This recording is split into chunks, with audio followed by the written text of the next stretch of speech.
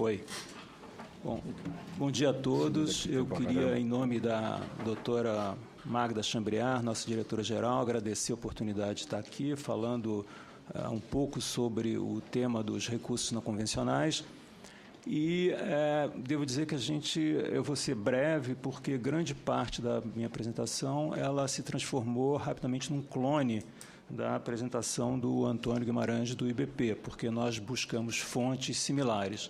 Então, eu vou tentar fazer uma aproximação um pouco diferente e mostrar figuras que vocês já viram até 2 ou 3 vezes aqui, mas tentando mostrar alguns aspectos distintivos. Essa figura, por exemplo, é emblemática do que nós vimos aqui, mas eu queria, nesse caso, somente reiterar a importância dessa camada selante aqui, que está escrito SIL, porque ela é fundamental para conter. Quando o gás ou o petróleo ele se forma na rocha geradora, ele tende a migrar para uma rocha reservatório, que é uma rocha sedimentar também, que é essa sandstone que está aí.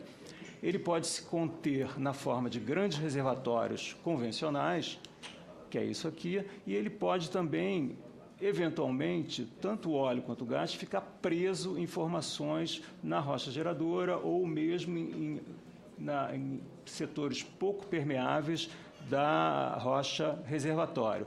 Mas o que é importante aqui? Se não houvesse esta capa selante aqui, essa capa selante, onde está escrito SIL, nenhum petróleo estaria disponível para exploração, porque todos eles teriam subido até a superfície e se perdido como exudações. Essas exudações são encontradas em qualquer lugar do mundo, no oceano, até hoje.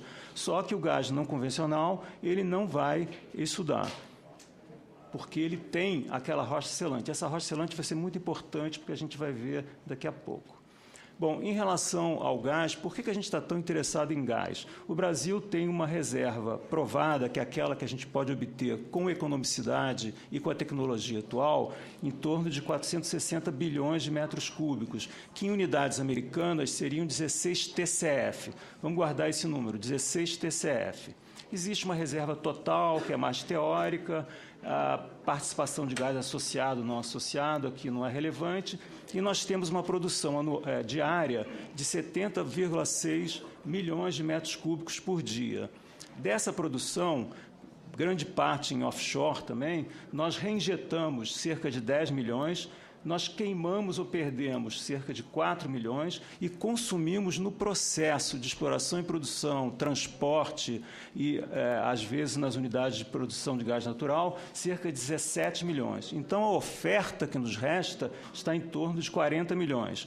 Como o nosso consumo é de 75 milhões, nós importamos 36 milhões como gás natural da Bolívia, como gás liquefeito de petróleo. Então, nós estamos contribuindo com recursos nacionais com somente 53% da nossa necessidade. Bom, por que nós queimamos? Porque são questões de segurança ou falta de dutos que tornariam a produção não econômica. Por que nós reinjetamos? Também, às vezes, por falta de dutos e também, às vezes, porque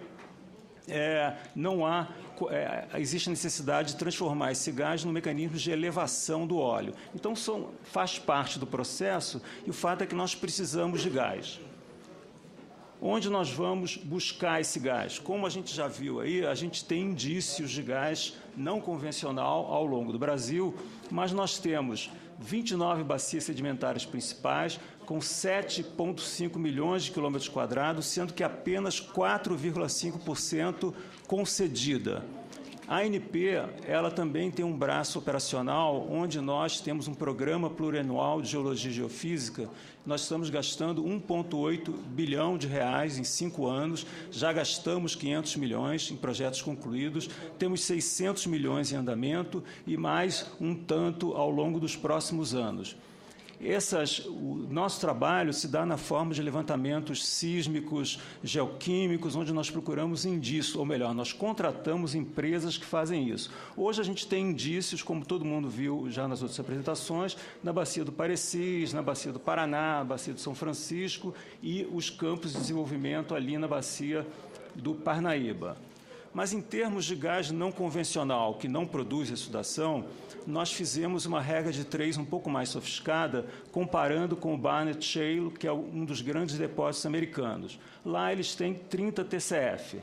Vamos lembrar que a nossa reserva provada de gás convencional é de 16 TCF.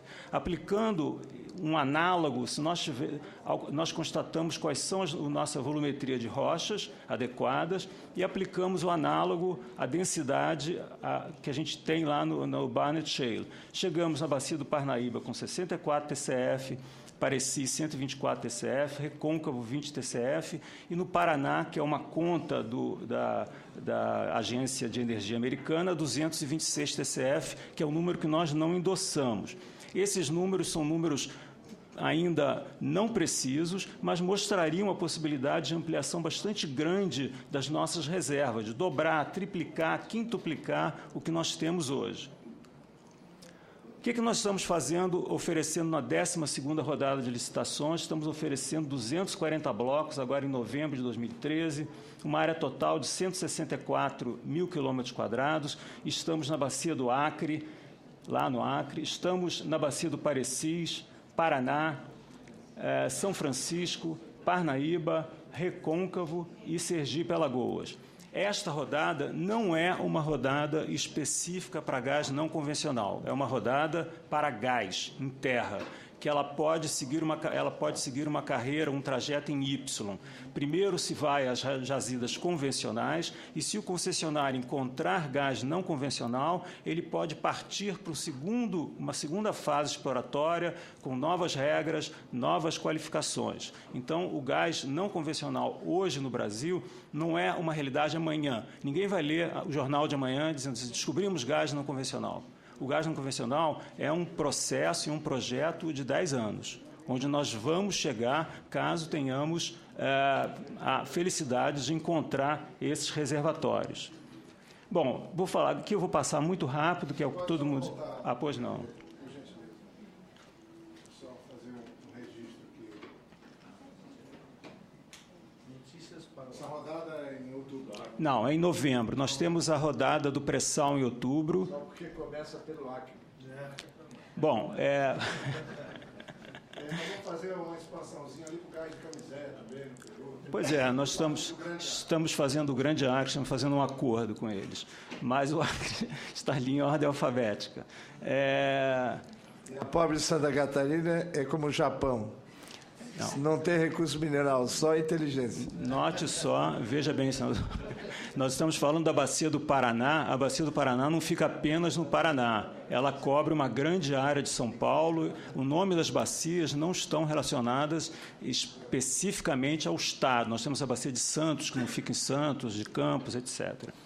Bom, o gás não convencional, que já foi falado aí, vou só mudar um pouquinho o enfoque, ele exige poços direcionais horizontais, ele exige o fraturamento hidráulico, ele tem uma vazão declinante. Quando se descobre um poço, ele vai ter uma vazão muito rápida e depois ele vai declinar ao longo do tempo. Então, isso leva a que o concessionário se obrigue a fazer perfurações sucessivas. Isso é uma característica do processo.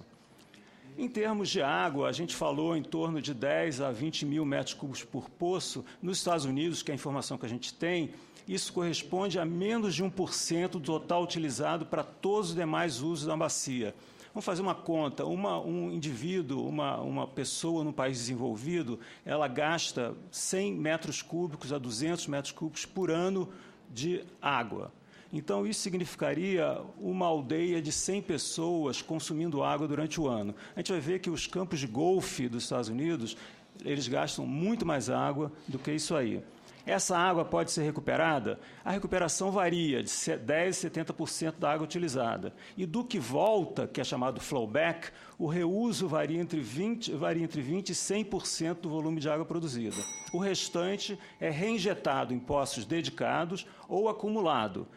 Isso é uma foto de uma instalação nos Estados Unidos com 2 tanques grandes de acumulação de água, que a gente pode ver que não é um tanque apenas escavado, é um tanque protegido, com reservatório, com revestimento, para que essa água não permeie, não percole o solo. Depois ela vai ser removida e tratada. É uma água que, conforme já foi dito, ela tem basicamente água e argila. E qual seria, então, o risco de contaminação de aquíferos? Como a gente viu, a distância entre as fraturas, que a gente vai fraturar, né, e os aquíferos é de cerca de 1.000 a 3.000 metros. Então, o que eu falei, a rocha selante, a mesma que impede o hidrocarboneto de fluir, é a mesma rocha que vai impedir que essas microfraturas com essas substâncias que a gente colocou na água, que são substâncias orgânicas, e também aquilo que volta do reservatório, jamais atinge o lençol freático. Então, as microfraturas elas se estendem, pela experiência americana, por 180 metros. E a gente tem esses poços, conforme foi mostrado aí, com um encasulamento que é utilizado nos Estados Unidos. Hoje, a gente tem que pensar também que todo poço no Brasil, em terra, ele atravessa um aquífero. Não tem outra maneira de fazer, porque a rocha sedimentar ela tem água e tem óleo, eventualmente. Quando a gente tem sorte, ela tem óleo. Quando a gente tem muita sorte, quando tem sorte, ela tem água. Indução sísmica é muito pequena, teria que haver uma combinação com as falhas pré-existentes, isso já foi colocado pelo colega. E, no caso do fraturamento, quando a gente chegar daqui a 5, 6 anos no fraturamento, isso vai passar pelo licenciamento ambiental específico. Em princípio, como o poço está dentro de uma fronteira de um estado ou de um município, o licenciamento não seria federal. Porém, a Lei Complementar 140, ela avoca a possibilidade de fazer o licenciamento de atividades específicas, decididas a partir de uma comissão tripartite, que já existe hoje, formada por Estado, município, governo federal e CONAMA. Então, é bem provável, pelo que se diz aí, que, ao chegar do fraturamento, o licenciamento passe para o órgão federal. Eu inflacionei ali o 1 milhão do colega para 2 milhões, que é a fonte da OGP. 2 milhões de poços, desde 1940, já utilizaram fraturamento sem contaminação de reservatório. O número de poços perfurados nos Estados Unidos, aí para gás não convencional, ele tem aquela tendência ascendente com 10 mil poços em 2011. E ali é aquela questão dos poços múltiplos a partir de uma única locação. Quantos poços nós perfuramos no Brasil até hoje, desde o início da era do petróleo no Brasil? 27 mil poços, para tudo, offshore, onshore. Os Estados Unidos perfura 20 mil poços ao ano, para diversos recursos. O problema é a relação com a comunidade, que a gente vai ter, de repente, numa área verdejante, tráfego de caminhões, como já foi colocado. Isso é uma instalação na Inglaterra, também, que é uma instalação considerada padrão para gás não convencional, e a gente vai ter situações assim também nos Estados Unidos, no Texas, onde nós temos a torre ali para produção de gás dentro do ambiente urbano. Então, nos Estados Unidos, de fato, isso já se transformou numa situação regular que faz parte da vida das pessoas em termos de energia. Para nós, na ANP, a gente pensa que o grande problema hoje está na relação dos gasodutos. Os Estados Unidos têm uma malha de gasodutos gigantesca, coisa que nós não temos. Se a gente colocar as bacias promissoras com os gasodutos, a gente vai perceber uma falta de infraestrutura de dutos que permitam o escoamento desse gás. É claro que, como foi também aventado, a gente tem as linhas de transmissão, mas aí nós precisamos ter a termoelétrica na boca do poço, perto do poço, para transmitir energia elétrica e não gás. Mas nós temos tempo para isso. Nós temos, acreditamos, 10 anos para a gente chegar no problema. Só que um problema que vai ser resolvido daqui a 10 anos, ele tem que começar a ser equacionado hoje. Então, para terminar, o que nós achamos é que o gás não vai surgir de hoje para amanhã, que o gás não convencional nos Estados Unidos, ele veio do esgotamento do gás convencional. Então, as bacias eram extremamente bem conhecidas, de modo que favorecia a busca desse gás que estava oculto, imerso lá na rocha geradora. Nós não temos esse conhecimento. A 10ª rodada de licitação da ANP, então, ela tem por objetivo tanto o gás convencional quanto o não convencional, mas ela vai produzir gás e conhecimento. Nós estamos exigindo no contrato, como já foi comentado aqui, que pelo menos um poço ele perfure até a rocha geradora. A única bacia onde isso não é mandatório é na bacia do Acre, onde nós não acreditamos que possa haver não que não possa haver gás não convencional, que é muito difícil a condição de obter gás não convencional no Acre devido à floresta amazônica e todas aquelas condições que assim podem impossibilitar. Mas gás convencional, sim. Então, o gás não convencional, ele oferece uma oportunidade importante, a gente já tem tecnologia, a gente tem que afastar o fantasma do problema ambiental. O problema ambiental existe, não existe nenhuma forma de produção de energia no mundo, seja eólica, seja solar, que não produza algum impacto ambiental. A questão é mantê-lo nos níveis de tolerância que a sociedade exige, de tal maneira que a gente possa mitigar ou impedir ou compensar qualquer problema. Hoje, os Estados Unidos produzem 20 vezes o que o Brasil produz de gás natural. Desses 20 vezes, 46% já são gás não convencional.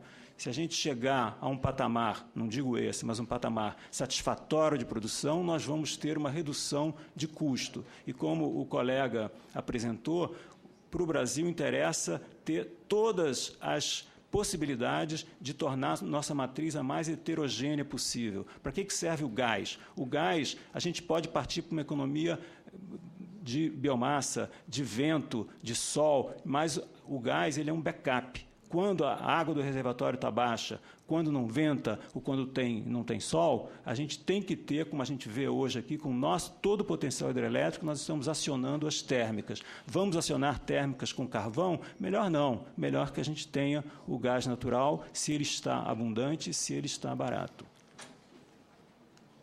Obrigado. Era isso que eu queria apresentar. Muito obrigado, doutor Silvio.